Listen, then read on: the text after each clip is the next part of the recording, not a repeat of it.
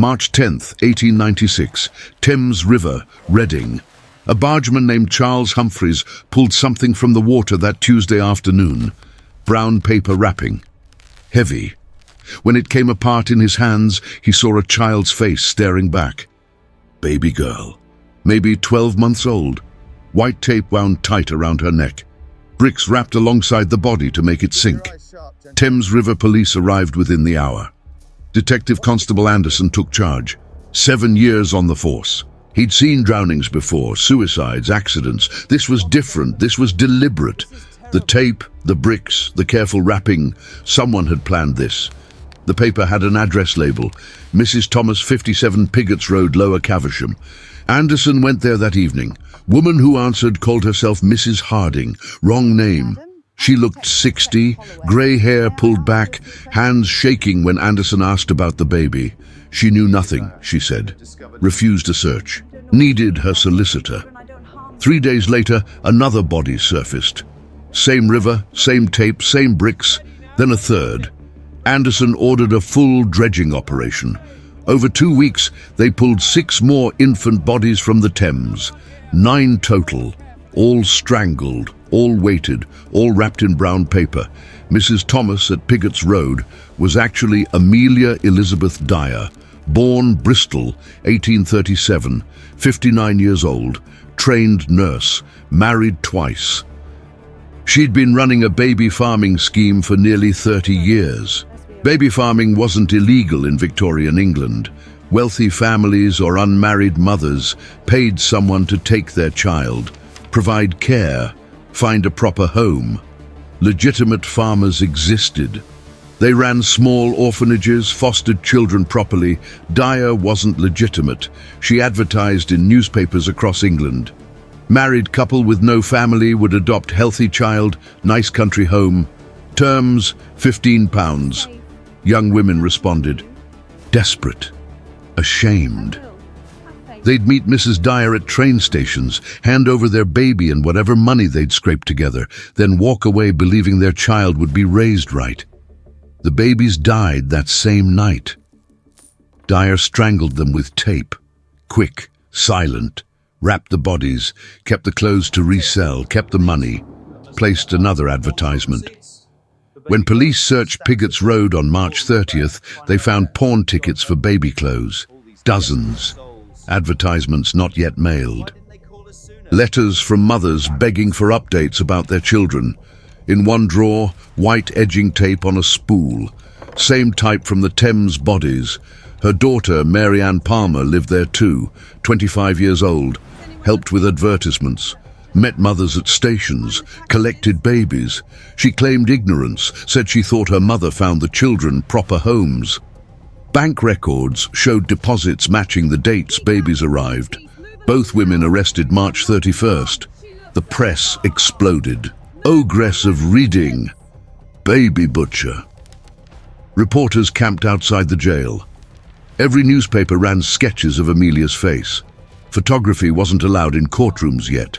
9 bodies represented maybe 2 months of operation. Investigators tracked her movements over 30 years. Bristol, Cardiff, London, Reading. She moved constantly, changed names. Mrs. Thomas, Mrs. Harding, Mrs. Smith, Mrs. Evans. Every city had missing children connected to her advertisements. Prosecutors needed more than Thames bodies. They needed witnesses, solid proof. Victorian juries required high standards of evidence. Circumstantial cases often failed. They found Evelina Marmon, 23, barmaid from Cheltenham, gotten pregnant by a customer who refused to acknowledge the child. Her working-class family was respectable. An illegitimate baby would destroy them. Evelina responded to Dyer's advertisement in early March. She met Mrs. Thomas at Cheltenham Station. Well-dressed older woman, kind eyes, soft voice, said all the right things. The baby would be raised in the countryside. Good home, proper education. Evelina handed over her daughter and £10, everything she'd saved from wages. 2 weeks later, she saw newspaper articles about Thames bodies. One description matched her baby's age. She went to police. The white edging tape matched exactly. Evelina had sewn a dress for her daughter before giving her away, used that same tape pattern to finish the hem. Now it was evidence in a murder case. Prosecutors chose strategy. Try Dyer for one murder only. Evelina's baby. Cleaner case. Easier for a jury. If convicted, the penalty was identical whether she'd killed one child or 400. Trial set for May 22nd. Old Bailey, London. Amelia Dyer sat in Newgate Prison. Her attorney Arthur Wilkinson faced an impossible task. Evidence overwhelming. Witnesses solid. Physical proof direct. Only possible defense? Insanity plea. Dyer had attempted suicide before, spent time in asylums, claimed voices. Wilkinson thought he could argue incompetence. British law required defendants understand right from wrong at the time of crime. If the jury believed genuine insanity, they couldn't execute her. But Dyer wasn't insane. She was calculating. May 22nd, Central Criminal Court, Old Bailey. Courtroom packed 2 hours early, every seat filled, people standing, journalists crammed the press gallery. This wasn't just a trial, this was a spectacle, a chance to see a monster in person. Amelia Dyer walked in wearing black, grey hair neat under a bonnet. She looked like somebody's grandmother. Not like a woman who'd strangled infants for profit over 3 decades. Justice Hawkins presided, known for harsh sentences and zero tolerance for theatrical defenses. Prosecution opened, called Evelina Marmon first. Evelina described Cheltenham Station, Mrs. Thomas seeming so kind, so understanding, promising her daughter a good Christian home. How desperately she'd wanted to believe it. They showed her the white tape. She broke, couldn't speak for 5 minutes, courtroom dead silent. When she composed herself, Evelina confirmed the pattern matched her daughter's dress. Defense tried discrediting her, suggested she was lying to avoid prosecution. But Evelina had come forward voluntarily, cooperated completely. Jury saw that clearly. Detective Constable Anderson testified next, walked through the investigation, first body, dredging operation, Pigott's road search, white tape, pawn tickets, letters from mothers. His testimony took most of day one, spoke factually without emotion, just laid out discoveries. Jury leaned forward when he described 9 bodies, similar age, strangled identically, disposed within small radius. Defense suggested Mary Ann Palmer could have been responsible, or someone else in the house. Anderson had interrogated everyone. Only Amelia Dyer had means, motive, and opportunity for all 9 murders. Day 2 brought medical testimony. Doctor confirmed strangulation. White tape matched neck marks precisely. Deaths happened quickly, but not instantly. Victims would have struggled briefly. That detail hit hard. Jury members looked at Dyer differently after hearing it. Prosecution introduced evidence found at Pigott's Road, letters from mothers. One woman wrote asking why her son hadn't sent word in 6 months. Could Mrs. Thomas please provide an address so she could write him directly? Another mother sent money for her daughter's 3rd birthday, wanted to know if the child was walking yet, talking yet, happy. Dyer had kept every letter, never responded to any. They showed pawn tickets, 43 different items, baby clothes, blankets, shoes, small things that added up. Dyer would take the infant's belongings to pawn shops across Reading, get a few shillings, move to the next shop. The money wasn't substantial, 10 shillings here, 5 there, but combined with the adoption fees, it funded her life. Bank records showed she'd deposited over £200 in the previous year alone. That's roughly £20,000 in modern currency. All from baby farming. Defense called Amelia Dyer to testify on day 3. Risky move.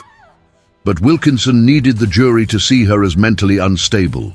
Needed her to seem confused, disconnected from reality.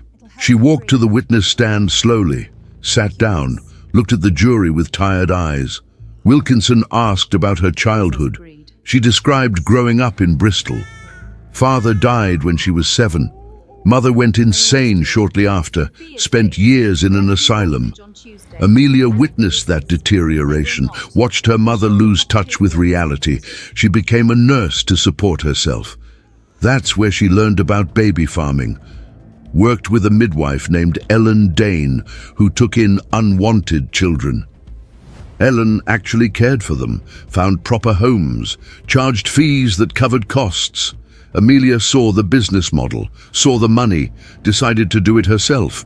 Started in 1869, 27 years before her arrest. First few years, she operated legitimately, actually placed children with families, but the work was hard. Finding suitable homes took time. Feeding, clothing, caring for infants was expensive. The fees barely covered costs. So, she made a decision. Stop placing the children, keep the money, dispose of the evidence. Wilkinson asked if she understood what she'd done. Dyer paused. Long silence, then said yes. She understood completely. Wrong answer for an insanity defense. Prosecution cross-examined her next, asked how many children she'd killed. Dyer said she didn't know. Hundreds, she thought. Maybe more. She'd lost count years ago. The courtroom went silent. Even Justice Hawkins looked stunned.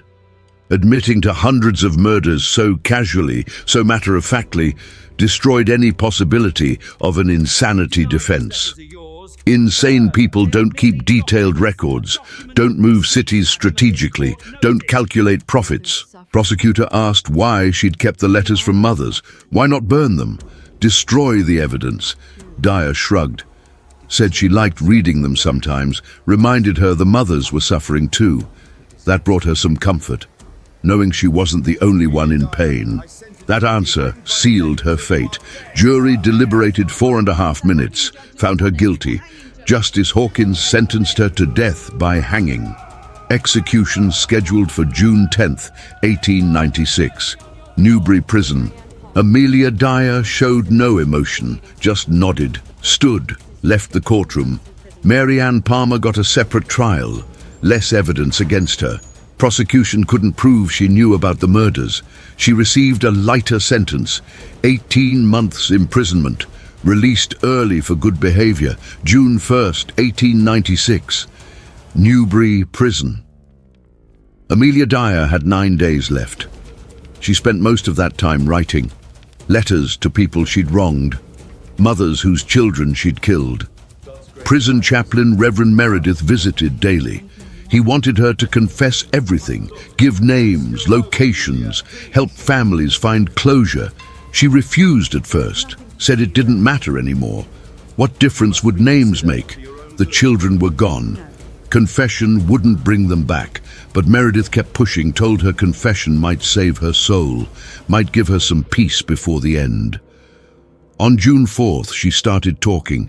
She gave him 6 names, children she remembered clearly. Described where she'd disposed of the bodies: Cardiff Canal, London sewers, Bristol Harbour. Most would never be recovered. Too much time had passed. But the families deserved to know. One confession stood out: a boy named Harry Simmons. She'd taken him in 1872. 24 years earlier, his mother had been a factory worker from Manchester, paid Dyer £20, asked for updates monthly. Dyer wrote back for 3 years, invented stories about Harry's progress. Said he was learning to read, growing tall, healthy, then stopped responding. Let the mother believe he'd simply moved on with his new family. Harry died the first night, strangled, thrown in the River Avon. Meredith asked why she'd kept writing the fake letters. Why prolong the deception? Dyer said the mother kept sending money, small amounts, 5 shillings here, £2 there, birthday gifts, Christmas presents. As long as the mother believed Harry was alive, the money kept coming. Prison guards reported she slept well, ate her meals completely, showed no signs of distress. Most condemned prisoners deteriorated as execution approached, lost weight, couldn't sleep, broke down emotionally. Not Dyer. She read books, walked the exercise yard. chatted with guards about weather and trivial things. One guard later told reporters it was like watching someone prepare for a trip, not death. On June 8th, 2 days before execution, her daughter Mary Ann visited. They hadn't spoken since the trial. Mary Ann had been released from prison 3 weeks earlier. She came to Newbury asking for forgiveness. The meeting lasted 20 minutes. Guards couldn't hear the conversation through the cell door. When Mary Ann left, she was crying. Dyer wasn't. Later that evening, Dyer wrote her final letter. Not to Mary Ann, not to any family, to the mothers. I have no excuse. I knew what I was doing. I did it for money, and I did it because I could. Your children deserved better. You deserve better. I can't undo what I've done. I can only die for it. She signed it simply, Amelia Dyer. Prison officials decided not to mail it, thought it would cause more harm than good. The letter stayed in prison records for decades. Historians found it in 1968, June 9th, last full day alive. Reverend Meredith spent 6 hours with her. They prayed. She took communion. He asked if she felt remorse. She thought about it for a long time before answering. Said she felt something. Not quite remorse, more like resignation. She'd made choices. Those choices led here. This was the consequence. Meredith pushed harder, asked if she'd do things differently given another chance. Dyer said probably not. She'd been good at baby farming, made decent money, lived comfortably. The only mistake was getting caught. That honesty disturbed Meredith more than anything else she'd said. He wrote in his journal that night that Amelia Dyer might be the most morally empty person he'd ever met. Not evil in a passionate way, just hollow, absent of basic human empathy. Evening came, her last sunset. Guards brought dinner, roast beef, potatoes, bread. She ate everything, asked for seconds. They brought her more. At 10 o'clock, lights out. She lay down on the cot, closed her eyes, fell asleep within minutes. June 10th, 1896, 6 o'clock in the morning. Guards woke Amelia Dyer. She dressed in the same black clothing she'd worn at trial, ate breakfast, toast with butter, tea, then waited. At 8 o'clock, they came for her. The walk to the execution shed took 3 minutes. Stone corridor, heavy wooden door at the end. Inside, the gallows. James Billington served as executioner. He'd hanged 73 people before Dyer, considered it a craft. Calculated the drop distance based on weight and height to ensure death came quickly. Dyer walked without assistance, didn't stumble, didn't cry. When they positioned her on the trapdoor, Billington asked if she had final words. She looked at the small crowd of officials and witnesses gathered, said one sentence, "I have nothing to say." Billington placed the hood over her head, positioned the noose, pulled the lever. Amelia Dyer dropped. Neck broke instantly.